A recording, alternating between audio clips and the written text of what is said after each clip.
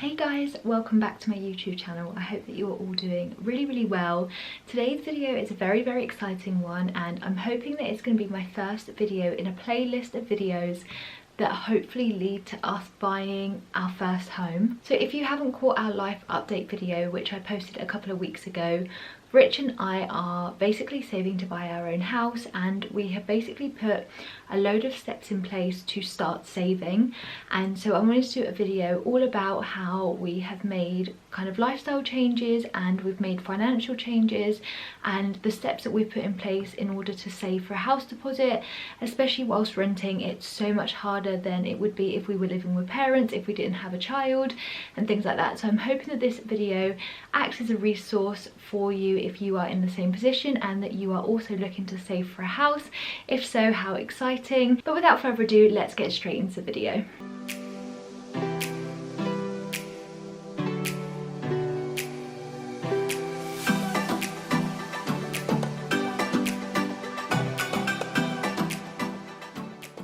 So as I touched on briefly in the intro, I just wanted to give a bit of background into our current situation and our financial situation, because obviously if you are new to my channel and this is the first video of mine that you have joined, then you might not know that Rich and I are engaged and we live together in a 3-bedroom rented house. So of course our rent is basically our biggest household utility bill that comes out every month, much like everyone that rents. Of course, we also have a 1-year-old daughter, of which we have to pay childcare and obviously the expenses that come with having a child. And so I just felt like it would be really good to add my resource on the internet, because as much as I found a lot of videos helpful in terms of starting the savings process, I didn't find many people that were in the same position as us in terms of renting and saving. So I wanted to let you guys know about the changes that we've made to start our savings journey. And like I said, I hope that this video is the first of a playlist that leads to us getting the keys to our first home, which is really exciting. But if you don't kind of dream it, it won't happen. And I'm going to keep you updated on the savings process. Our aim is to basically try and save £10,000 a year, if at all possible. And so I've made loads of notes. So if I look down at my phone at any point in this video, it's A, because I'm checking on my notes, and B, making sure that I haven't woken Heidi up because she's asleep at the moment. But I wanted to just talk you through the things that we've done in the hope that this will help other people in the same position that are looking to start saving, because it can be so daunting no matter what you're saving for, whether it's a house, a designer handbag, a holiday. If you're trying to save a significant amount of money, I feel like starting the process is always the hardest thing. So let's get on to my top tips. So the first change Rich and I did together is that we looked at all of our direct debits that we have coming out on both our joint account and our personal accounts. And this is really important as a first step, because it means that you need to eliminate any outgoing direct debits that you have that are deemed kind of unnecessary, things that you can live without. So I've got some examples. I have cancelled certain things in a bid to start saving money. So Hey You, the TV subscription box for like American TV, I cancelled that. That was like $3.99 a month. Again, seems really small, but anything helps at this stage. If you have like subscription boxes, for example, if you have like glossy boxes and things like that, if you are happy to live without that in a bid to save that money, then that's a really good place to start. If you have streaming services like Spotify, Netflix, Amazon Prime, Disney Plus, do you need all of them? Are you able to, for example, on Spotify, go down to the free version? If you have Netflix but you have all of your family using your account, are you able to ask one of them to start paying for it instead? And I just feel like all these little payments that you are committed to every month that you could definitely live without is a really good place to start, because before you know it, even though they might be the odd £5, £10, £20, they will all add up, and you'll be really surprised about the things that you can cancel that are non-essential. And just double check that you can cancel them before you just go into your like online banking and cancel them. Make sure there's no minimum like termination fee and that there's no cancellation fee. But most kind of monthly things like Spotify and stuff don't. All you just have to do is cancel your account, and then it will take you up until you pay. So that was the first thing that we did. So once all of our direct debits, we had assessed everything that was coming out of our accounts, and we narrowed it all down to things that we definitely wanted to keep, things that obviously are household bills, things that we can't cancel. We then created a master spreadsheet budget. So here we had all of our finances in one place. Rich has to take credit for this because he's done such a good job, but you can just use Excel or Google Sheets, something really basic. It doesn't have to be that fancy looking. As long as you have all of your expenses in one place, you then know how much your outgoing, all of your bills come to, and then you can compare that to your incoming wages. Of course, in my situation with renting, I have a finance car, I have a child. Our outgoing bills are a lot more expensive than perhaps other people that don't have a child, that are living with parents, that don't have a finance car. But I still want this series to prove that you can save even though you have those certain things, if you do things in the right way and you're really careful with your money. So once we've got everything on that one sheet, we then set budgets for everything else. So for example, our food shop, we created a budget that we would have to stick to every week, which would still allow us to get all of the essential products, like all of our food, all of drinks, all of the stuff that Heidi needs for the week. And then to be accountable for our food shopping, every time we do a food shop, whether that's a quick top-up shop, whether that's our weekly food shop, which traditionally we do it every week, that's how we broke down our monthly budget on food, is we then broke it down into weeks. Every time we go shopping, we keep the receipt, and then we put all of the things that we bought from that receipt onto the spreadsheet. So we have different tabs at the bottom with every month that we're in, and we basically write down everything that we have bought that week. And then you will start seeing trends in your food shop that you, for example, didn't realize you spent so much money on coffees. Or one of our examples was that for Rich's lunches for work, he has cooked chicken in wraps. So we very quickly identified that the cooked chicken that we were buying him every week, every month, it kind of came to like 30 odd pounds. And so replacing that with frozen chicken, you get a lot more chicken for your money, and it's just one of those things that you can start seeing ways that you can save money without realizing it. We definitely never checked how much we would spend every week on food. Obviously that comes from a place of privilege, and we never really knew what we were buying. We always knew that we had stuff in the fridge and the cupboards, but we didn't really know what we were buying. We would buy some branded stuff, some not branded stuff, and so just being mindful of what you're buying makes such a difference to your outgoings. Of course, we have made the switch already from shopping from Tesco's to Lidl's, which again is something I'll talk about in a little bit more detail. But when I'm also shopping, I know Asda locally to us has one of those scan and go machines. So as you're going around, you can add up everything you're buying in your trolley and you're seeing like a running total. If you don't have that in like a Lidl's, for example, I manually add up everything that I'm buying as I'm going shopping, and then I know when I'm gearing towards our £40 limit. I know that if I pick something up and think, should I get that, I can then look at how much our food shop is already coming to, know what else I need to buy, and make a decision that way. Maybe that sounds OTT for some people, but for us it means that we're accountable for what we're buying, and it means we're being so much more careful. And it's just definitely something I would recommend doing. Even if you're saving for something that isn't a house, it just means that you're able to see those trends in your food shop, and you're seeing where a lot of your money goes that you might not realise. The first thing when it comes to saving is having accountability for your spends, and we have found that having a joint account is so much more helpful when it comes to having a household unit where we have outgoing bills, when we have a child and we have a finance car. Everything coming out of our joint account, as opposed to splitting it in different personal accounts, means that we have all the bills coming out in one place. We're able to monitor that joint account and make sure that nothing unexpected comes out and the other person hasn't accidentally used it for something else. And I just recommend, if you are in a renting situation and you don't already have a joint account whereby all of your bills come out, that's a really, really good place to start. And it's so helpful. I mean, I don't know how we ever lived without our joint account. It's something that we kind of made together, and we decided like now's the right time. Of course, make sure that you're with someone that you are happy to like commit to and have a joint account. But then again, if you're saving to buy a house, that's a huge commitment, and so I just really recommend having a joint account. And it just means that you're both able to have access to the money in there, but you're also both able to see like the statements, and you're able to see what comes out.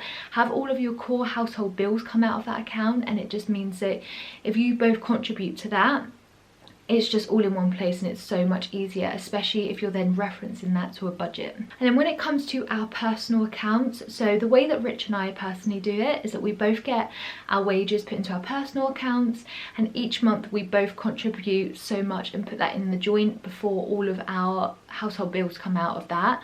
We do make sure that we allow ourselves some money left over every month, so that we have money in our personal accounts, so that we're able to pay for example, our phones still come out of our personal account, because at the time we both kind of had different phone contracts. This way as well means that you can both almost have like an allowance for a month, even though we don't really call it that.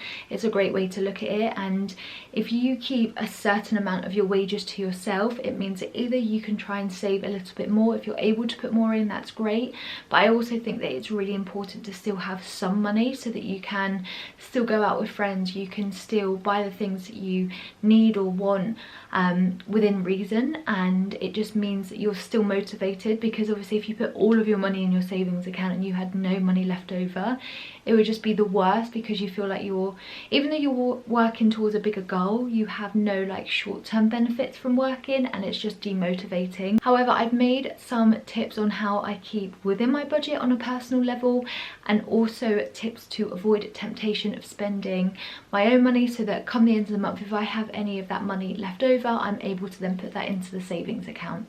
So a couple of changes that I've made personally to stop me spending as much, and it's definitely something I recommend all of you do, especially if you're watching this video and you're looking for tips on how to save, is A, unsubscribe from brand newsletters.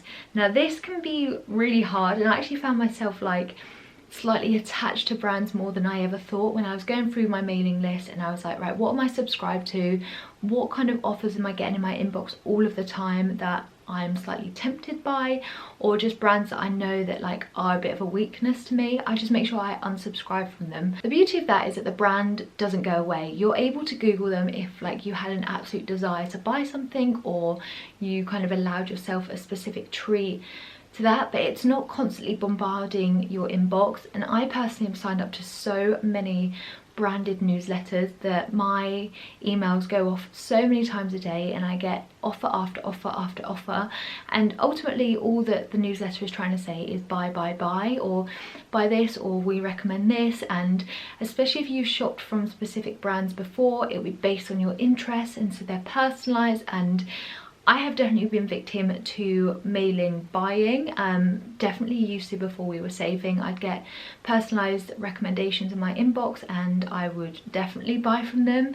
That's why newsletter marketing works. It appeals to the person and the consumer that's receiving the email. However, if you unsubscribe, you're just taking that temptation away, and it's just not landing in your inbox every single day, which has made such a big difference to me, because I was the worst at just spending like little amounts. So whether that's like a new makeup product, a new hair care product, a new perfume, I'd get all these different emails that's telling me that something's on offer, and I definitely believe that it's like the best offer ever, but you just don't need all of that temptation. So just unsubscribe if you can from those.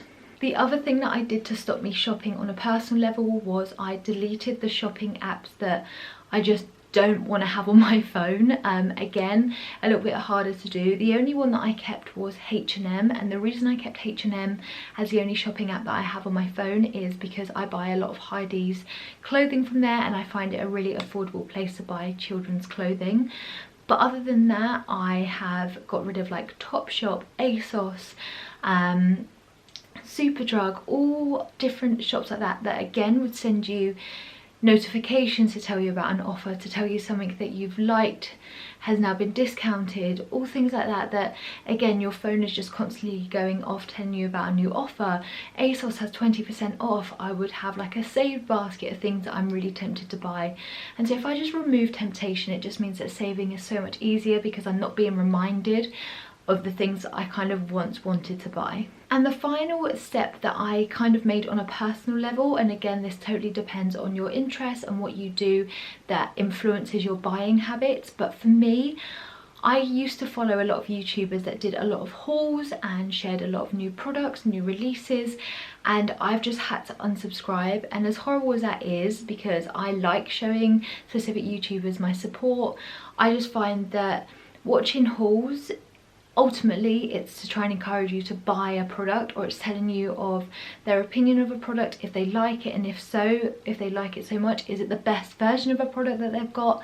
And I just found that it would really make my mind want to try something. That's why kind of YouTubing and influencer marketing works so well, is because it's such a personal level of recommendation. And for me, again, I've been victim to buying so many things that I've seen my favorite YouTubers recommend, but I just find that, again, removing myself from the situation of being tempted is so much healthier and just prevents me from unnecessarily spending.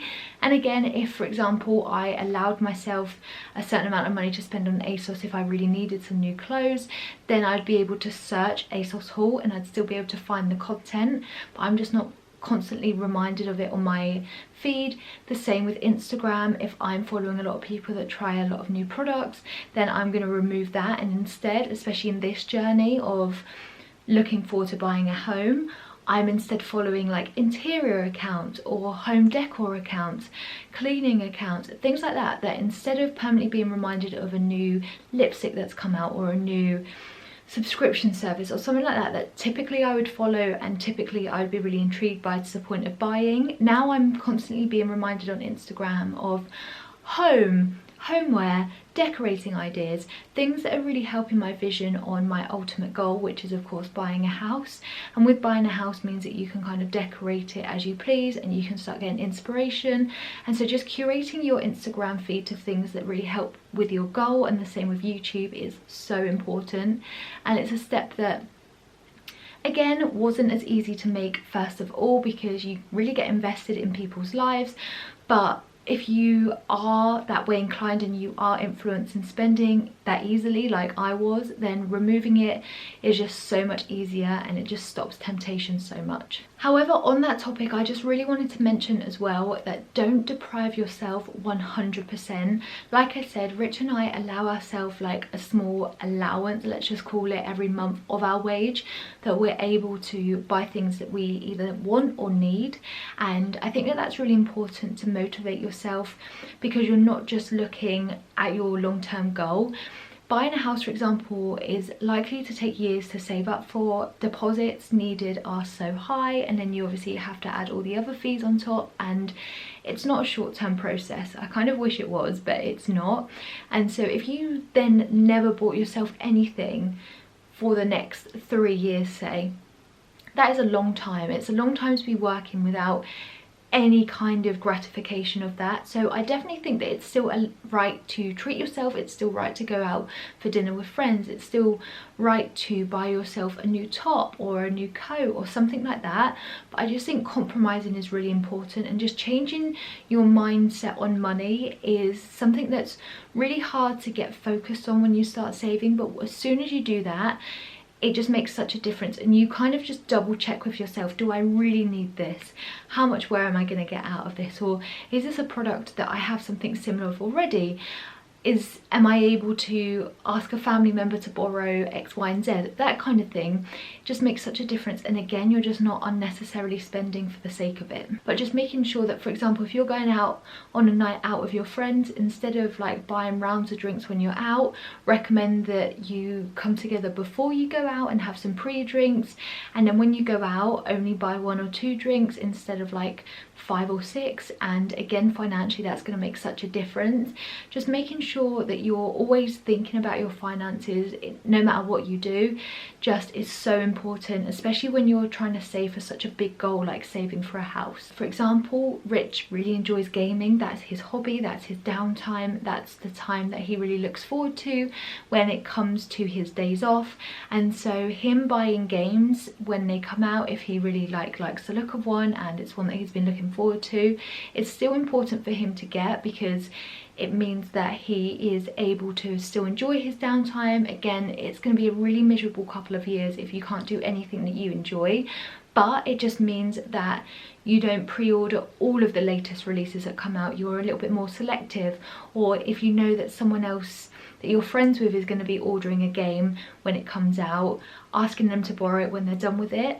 And again, it's just these slight differences you might not have ever thought of before saving, that when you start doing that and getting in that habit, you realise how much money you can save by just these odd little purchases. So when it came to staying motivated as well, I feel like especially when you start saving, it's so hard to get started, because especially for a house deposit, it's such a large figure that you're working towards, that because it can take so long, I feel like getting started is really difficult, because you don't really know really what you're aiming for. You don't really have that much of an idea of how long it's going to take, and putting little bits into a savings account doesn't feel like a lot at the beginning, whereas like when you're a year into it and you have a figure that you're adding to, it just feels a little bit more dramatic. So what we did is we went onto our bank's mortgage calculator. Now every bank I believe has this, and it's just a tool that you can basically put your salary. So if you're obviously looking to buy a house with your partner, you put both of your salaries in there.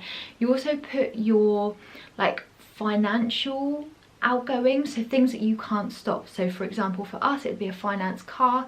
I have a MacBook Pro and we have an iPad that are all like financed, and as well as our phones and things like that. So you then have to put that into the calculator too, and based on those rough figures, again it's not 100% accurate, but it gives you a very vague idea. It will let you know how much the bank is likely to lend you. Again, this is going to change so dramatically from, obviously we've just gone through the coronavirus and banks are changing the way that they lend and their minimum deposits and things like that. That's really scary. But if you do that on a mortgage calculator, it will give you an idea of how much a bank is likely to lend you. And so when you have that figure, you're then able to think of, right, if say for example the bank is going to lend us £300,000, I'm just making it a round figure so it's a bit easier to work out, you'll then know to get a 10% deposit on the £300,000 property, you'll need £30,000. So when you break down your outgoings per month, especially when you're renting, and then your incoming money such as wages and if you earn anything else to the side of that, and then you can work out from there how much you're able to put away a month, and then all these little extras that you're not spending from your personal account, if you're able to put them into your savings, again they'll always accumulate over time. But I feel like setting a goal is so important right at the beginning, because I know for me this whole mortgage process is like brand new to us. It's not something that I've been a part of for like friends or family, so I don't really know many people that have gone through the process, and so for us it's like totally new. So when I found out about the mortgage calculator, it was a really good idea to just set us on a goal. It's helped us realize how much money we're gonna likely to need for a deposit, and then of course you need to factor in things like solicitor fees and all things like that. But I think if you just have like a round figure that you're aiming for, of course when it comes to saving for a house, looking for a house and sorting everything out the other side is going to take a couple of months, so you've still got that time to like save. Having a goal and using a mortgage calculator to kind of work out how much you're likely to be able to lend, and then it's going to give you an outcome of how much are you likely to need to save to get that money. It's just really helped us, and it's definitely something that I would recommend a lot of people do. Again, I didn't know that banks kind of did this, but like I said, it's not like 100% accurate, but it gives you such a good ballpark figure to kind of like aim for. So my last tip is, as someone that is totally new to this process, is again just making sure that you stay motivated and consuming content online that helps you stay in tune with your goals and doesn't like divert you. So that means that I've been really enjoying watching moving vlogs, and I just find that that helps me visualize getting the keys to my own property and doing my own move, and I just really enjoy that. I really am a firm believer of like the law of attraction, which is a whole other like video in itself, but I just find that watching videos like that helps me really visualize what it's going to feel like for us to go through that moving process, which is obviously really fun. I also really wanted to give Hazel Wood a shout out, because from her financial point of view, she works in finance, and so her videos are really informative from a financial point of view, and her like home buying videos have been really helpful for us just to gauge like an idea of like what the hell we have to do to even start this. And she also did videos on how she saved a certain amount of money by a certain time, and so it's good to just know of someone that's sharing their journey, and so you're able to compare what you're able to do to them. Like I said, a lot of YouTubers that I have watched kind of preparing for our own journey have like lived with their parents, and so saving money for them has been a lot different to our situation where we're renting, we have a car, we have a child. It's so different, but hopefully this video acts as a resource for other people that are starting this journey and in a similar situation to us. I really like my YouTube channel just being a reflection of things that we're going through in life, as well as products and things that I like trying. That's definitely like my hobby and my passion, but I really feel like sharing personal journeys online is just so interesting, and hopefully this will be really nice for us to look back on, especially when we hit our first savings goal, which I'm hoping will be kind of like every year I'll be able to do like a reflection of how much we saved. Have we changed anything to speed up the process? Have we got any additional tips and tricks for other people that we wish we knew kind of starting this? So I hope that this video is the first video in a playlist of mine that, like I said, eventually leads to us buying a property and then talking about our like review of that process. That would be really cool. And hopefully I look back at this video and think, what was I talking about? But I just really like the idea of documenting what we're going through, and the fact that we're saving now for such a significant thing is such a big deal. And I just feel like these tips that we have started to do and the different changes that we've made in our lifestyle have made such a big difference. And like I said, especially for people that have such large outgoing bills already, it's really hard to be motivated to save money when you're already spending out so much. But I just think that this is going to help us definitely stay on track. And it's also really fun that now we kind of have this rough idea of what a bank is likely to lend us. We can actually go on Rightmove and Zoopla and actually look at houses that are available right now within that price bracket, and so it starts to give us like an idea of what we kind of would look for, and we talk about it all the time. And it's really nice for Rich and I, once Heidi's gone to bed, to just look through like Zoopla together and like talk about different elements of a house that we really like. And so hopefully come the end of this process, when we do start looking, we've got a really good idea of what we want, but also it just keeps us motivated, because when we look at houses on Rightmove, we talk about it and we think, we start visualizing what it's going to be like ourselves to buy. Obviously, the more knowledge that you develop during this process, the better it will be the other side. So I know that this video has been super rambly, and I hope that this has made some sense to all of you guys. And if you'd like any more videos about this kind of topic, and if you enjoyed this, give it a thumbs up because it really helps me out. Don't forget to subscribe down below if you want to follow our journey, hopefully to becoming homeowners, which is really exciting. I hope you guys enjoyed this video, and I'll see you guys soon. Bye!